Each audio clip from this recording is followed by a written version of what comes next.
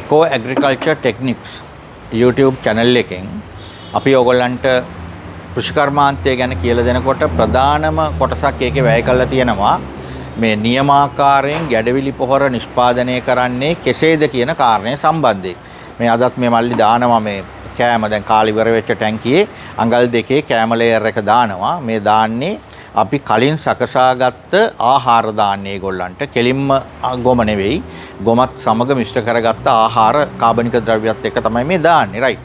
අද වීඩියෝ එකේ අපි කතා කරන්නේ ගැඩවිලි පොහොර නිෂ්පාදනය සඳහා භාවිතා කරන අමු ගොම ඒ කියන්නේ එළ හරක්ගේ හෝ මී හරක්ගේ අමු ගොම ගැන තමයි අපි අද කතා කරන්නේ රයිට්. ඒ ගැන අපි විස්තර ටිකක් වැඩියෙන් කතා කරමු. මොකද්ද මේ අමු ගොම වල තියෙන කතන්දරය කියලා.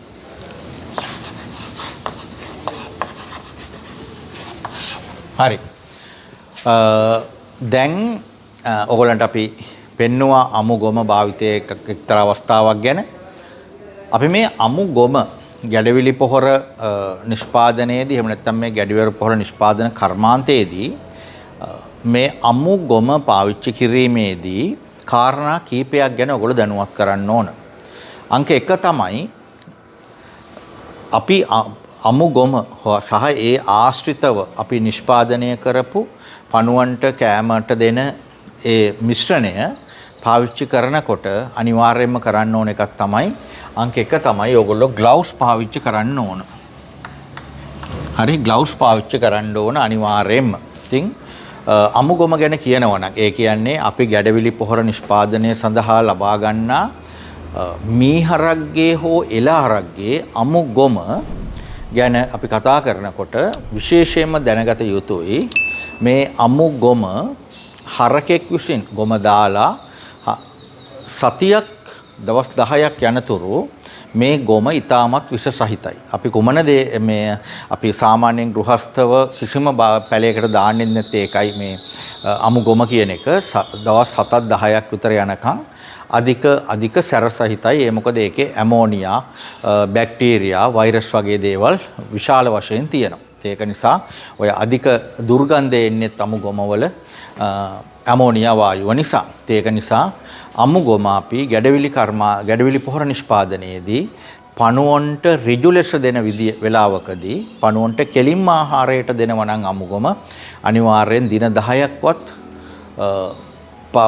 පරණ වුණු ගොම තමයි අපි ලබා දෙන්නේ ගැඩවිලුන්ට ඍජුව ලබා දෙන වෙලාවේදී.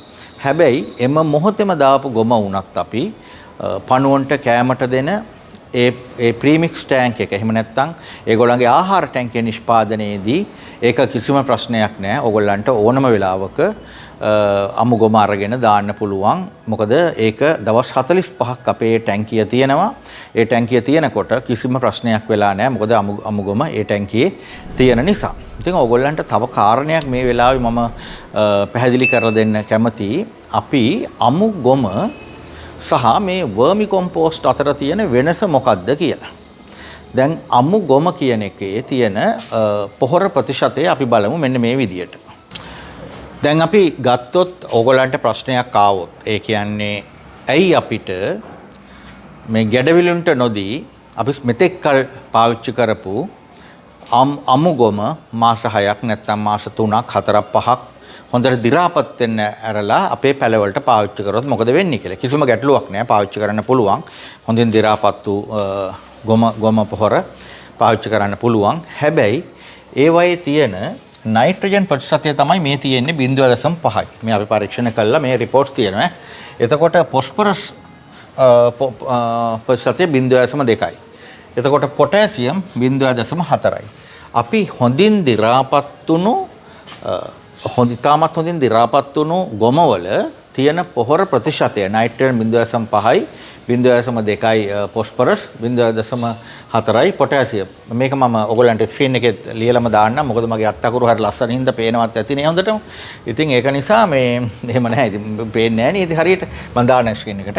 ඒ කියන්නේ අමු ගොම හොඳින් වේලලා හොඳින් දි รา පත් කළා මාස ගණනාවක් තිස්සේ පාවිච්චි කරොත් 0.5 0.2 0.4යි තමයි NPK level එක තියෙන්නේ. ඉතින් මේක අපේ සම්ප්‍රදාය අනුකූලව වවන ශාක වලට ප්‍රශ්නයක් නෑ. මොකද ඒක ඉතා හිමින් ඕගොල්ලන්ට මම හොඳට කියලා දී තියෙනවානේ. මේ අපි වවන්නේ හයිබ්‍රිඩ් නේ. හයිබ්‍රිඩ් වලට ඉතා ඉක්මනට පොහොර ඕන සහ පොහොර ප්‍රතිශතය වැඩියෙන් ඕන. එතකොට මේක ප්‍රශ්නයක් වෙන්නේ මෙන්න මෙතනදී මේක සපෝට් පොහොරක් විතරයි. මේක පොහොරක් වශයෙන් අපිට ගන්න බෑ. මොකද හේතුව අපි ගත්තොත් SLS ස්ටෑන්ඩඩ් එක අපේ කාබනික පොහොරක් අපි නිෂ්පාදනය කරනකොට ඒ කාබනික පොහොරේ තියෙන්න ඕන NPK නයිට්‍රජන් ෆොස්ෆරස් පොටෑසියම් ප්‍රතිශතය SLS ශ්‍රී ලංකා ස්ටෑන්ඩඩ්ස් වල ඒගොල්ලෝ තියෙන ඇග්‍රිකල්චර් ඩිපාර්ට්මන්ට් එකත් එක්ක සාකච්ඡා කළානේ ස්ටෑන්ඩඩ්ස් හදන්නේ. ඒගොල්ලෝ කියලා තියෙනවා උඹගේ කාබනික පොහොර වල තියෙන්න ඕන 100ට 1ක් නයිට්‍රජන් 0.5ක් ෆොස්ෆරස් පොටෑසියම් 100ට 1ක් තියෙන්න ඕන කියලා. මේක තමයි ශ්‍රී ලංකා ස්ටෑන්ඩඩ් එක SLS ස්ටෑන්ඩඩ් එක NPK තියෙන්න ඕන. හරි. හැබැයි කවුඩන් කියන එක, ඒ කියන්නේ එහෙනම් වියලි ගොම පොහොර ගත්තොත් එහෙම ගොඩක්ම අඩුවෙන් තමයි 0.5යි 0.2යි 0.4යි තියෙන්නේ. හැබැයි අපි වර්මි කොම්පෝස්ට් වර්මි කොම්පෝස්ට් වල විශේෂත්වය හොඳටම අඳුරගන්න ඉතාමත්ම නිවැරදි ආකාරයෙන් හදපු වර්මි කොම්පෝස්ට් පරීක්ෂා කළ බැලුවොත් ඒකේ තියෙනවා 2.1.1 කීයක් තියෙන්න ඕන 100ට 1යි. එතකොට ෆොස්ෆරස් 0.5යි තියෙන්න ඕන 2.2. මේ අපේ report එක ගිය මැයි මාසේ 2025 මැයි මාසේ ගත්ත report එකේ තිබුණ විදිය. එතකොට පොටෑසියම් 1යි තියෙන්න ඕන 1.9ක් තියෙනවා සහ අංශු මාත්‍ර මූලද්‍රව්‍ය ඒකේ අඩංගු වෙනවා. ඉතින් මෙන්න මේක තමයි ගැඩවිලි පොහොරවල තියෙන සුවිශේෂත්වය. තවත් එක් සුවිශේෂත්වයක් ගොම පොහොර භාවිතා කරලා අනිකුත් කාබනික ද්‍රව්‍යات එක්ක නියමිත ප්‍රමිතියෙන් අපි කියන්නේ ඔයගලන්ට අපි උගන්වන්නේ ඔකට මොකද්ද? කැරට් 24. හරි. කැරට් 24 කළු රත්තරන් හදන විදිය තමයි මේ කියලා දෙන්නේ. එහෙම හදාගත්තොත් මෙන්න මේ මම report එක දාන ඔයගොල්ලෝ ස්ක්‍රීන් එකට බලන්න. මෙන්න මේ විදියට තියෙනවා. මේක එතකොට මේ ලැබ් වලට කතා කරලා මේවා හරිද වැරදිද කියලා බලන්න පුළුවන්. මේ වෙලාවේ තව පොඩි වැදගත් දෙයක් ඕගොල්ලන්ට පුළුවන්. මොකද අපි සියරම ඩීටේල් ඕගොල්ලන්ට දෙනවා. මොකද අපි කිසිම දවසක වැරද්දක් කියලා දෙන්නෙත් නැහැ. වැරදි ක්‍රමයක් කියලා දෙන්නෙත් නැහැ.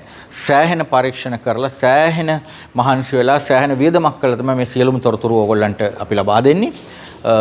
ඊළඟට විශේෂයෙන්ම ඕගොල්ලන්ට තව දෙයක් මතක් කරන්න ඕන. අපේ පුහුණු වැඩසටහන් වලට එනකොට මේවා ඉතාමත්ම හොඳින් අධ්‍යයනය කරලා බලාගෙන එන්න. එතකොට අපේ කාලය දැන්ට පැය 3කට වැඩි යනෝනේ දැන්ට මේ පුහුණු කාලේ. එතකොට අපි මේවා ගොඩාක්ම මේ ලේසි මේවා ඔයගොල්ලෝ බලාගෙන ආවොත් මොකද ඒ හරහා පැනනගෙන තර්ක ගොඩක් කාලය අඩු කරගන්න පුළුවන්. මම යෝජනාවක් කරනවා අනිවාර්යයෙන්ම කරුණාකර ගැඩවිලි පොහොර නිෂ්පාදනය පිළිබඳ පුහුණු පැය 3ක් විතර තියෙනවනේ. පුහුණු වැඩසටහනට එන්න කලින් පුළුවන් නම් මේ වීඩියෝ අධ්‍යයනය කරලා එන්න. ඒක ඔයාලටත් අපිටත් ඉතාමත්ම පහසුවක් වෙනවා. තවත් ඉතා වැදගත්ම කාරණයක් ඕගොල්ලන්ට කියන්න ඕන. අපේ report එක දැම්මම ඕගොල්ලන්ට පෙනේවි. අපේ මේ සාමාන්‍යයෙන් 20%ක් විතර ආසන්නව තියෙනවා මේ වැලි ප්‍රතිශතය. ඉතින් මේ වැලි ප්‍රතිශතය ඔයිට වඩා අපි සාකච්ඡා කරන්න ඕනේ. මේක මොකද බොරුවට හදලා රිපෝට්ස් හදලා වැඩක් නැහැ. අපි දැන් ගොඩක්ම කොන්ක්‍රීට් එකක් උඩට ගොම ටික ගොම ටික දාලා වැලි මිශ්‍ර වීම අවම කරත් 19% විතර අපේ තියෙනවා වැලි ප්‍රතිශතය. මොකද හේතුව මේ හරකා විවෘත භූමි වලින්දී තනකොළ කනකොට තනකොළත් එක්ක ඇදිලා එන විශාල වශයෙන් වැලි ප්‍රමාණයක් ඇදිලා එනවා කියලා අපි දැනට උපකල්පනය කරලා තියෙනවා. ඒක පරීක්ෂණ වලට අපි දැන් දාලා තියෙනවා. මොකද අපි ගොම ගන්නේ සම්පූර්ණයෙන්ම ගව ගාල් වල කොන්ක්‍රීට් එකක් උඩට තමයි අපි මේ ගොම ඔක්කොම ඒගොල්ලෝ දාන්නේ. අපිම ඒවා වීදම් කරලා හදලා දීලා තියෙනවා. ඒ ගොම ගාල් වලට ඒ ගොම ගන්න පිරිසිදුව. හැබැයි ඒ වුණාට මේ හරක් එලිමහනේ කනකොට මේ කන තනකොළත් එක්ක විශාල වශයෙන් වැලි එන හින්දා 19% විතර අපේ තියෙනවා. ඒක කිසිදු ප්‍රශ්නයක් නැහැ. නමුත් අර SLS ස්ටෑන්ඩඩ් එකේ තියෙනවා උපරිම 20%යි කියලා. අපි ඒක අඩු කරගන්න බලමු. හැබැයි මගේ පරීක්ෂණවලදී හරි අමාරු වෙලා තියෙන එක අඩු කරගන්න අපි යම් දවසක SLS එකත් එක්ක කතා කරලා සහ අපේ ක්‍රමවලදී අපි වැඩි දියුණු කරගන්න ඕනේ. මෙන්න මේ වැලි ප්‍රතිශතය විතරයි දැනට ප්‍රශ්නයක් වශයෙන් තියෙන්නේ. ඒක දැනට පරීක්ෂණ මට්ටමේ තියෙන්නේ. අපි බලමු ඒකත් කොහොමද අඩු කරගන්නේ කියලා. වැලි ප්‍රතිශතය මීට වඩා අඩු කරගන්න ක්‍රමවේදයක්. ඇත්ත ක්‍රමවේදයක්. අපි මේ හැමතිස්සෙම බොරුව සමාජගත කරන්නේ නැතුව ඇත්ත ක්‍රමවේදයක් තියෙනවා නම් පල්ලෙහෙන් කමෙන්ට් එකක් දාන්න. අපිත් ඒක අත්දැක බලලා ඕගොල්ලන්ට ඒක කියලා දෙන්න. බොහොම ස්තුතියි.